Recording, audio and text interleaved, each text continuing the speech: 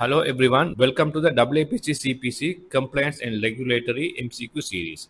This part we will see HIPAA MCQs. HIPAA stands for the Health Insurance Portability and Accountability Act. It's a US federal law passed in 1996 that primarily focuses on protecting sensitive patient health information. So question number 1, what is the main purpose of HIPAA privacy rule? A, to enforce billing guidelines. B, to provide healthcare access to all citizens.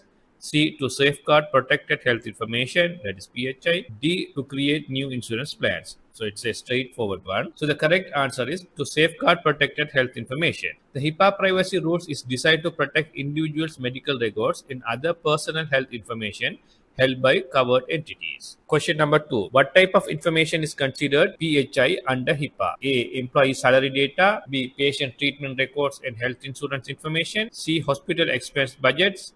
D, PCC and specialty preferences. Answer the question. The correct answer is patient treatment records and health insurance information. The PHI includes any individually identifiable health information such as treatment records, diagnosis, and payment details. Question number 3. What does the HIPAA security rule primarily protect? A, paper records only. B, electronic protected health information, that is EPHI. C, financial statements. D, HIPAA training manuals. Think the answer. The correct answer is B, electronic protected health information. The HIPAA security rule focuses on safeguarding electronic PHI using administrative, physical, and technical safeguards. Question number 4. What is the time allowed to respond to a patient's request for access to their medical records under HIPAA? A, 7 days. B, 14 days. C, 30 days. D, 60 days. Answer the question. The correct answer is C, 30 days. HIPAA requires providers to respond to patient access requests within 30 calendar days. If the records are not readily accessible on site, the entity can take up to 60 days. Question number 5.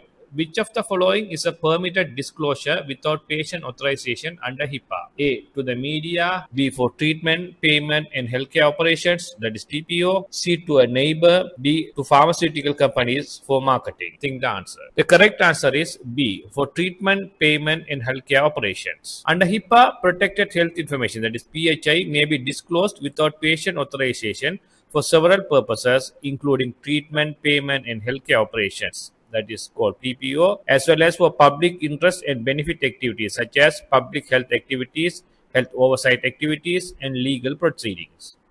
Disclosures are also permitted when required by law or for law enforcement purposes and for situations involving serious threat to the health or safety. Question number 6.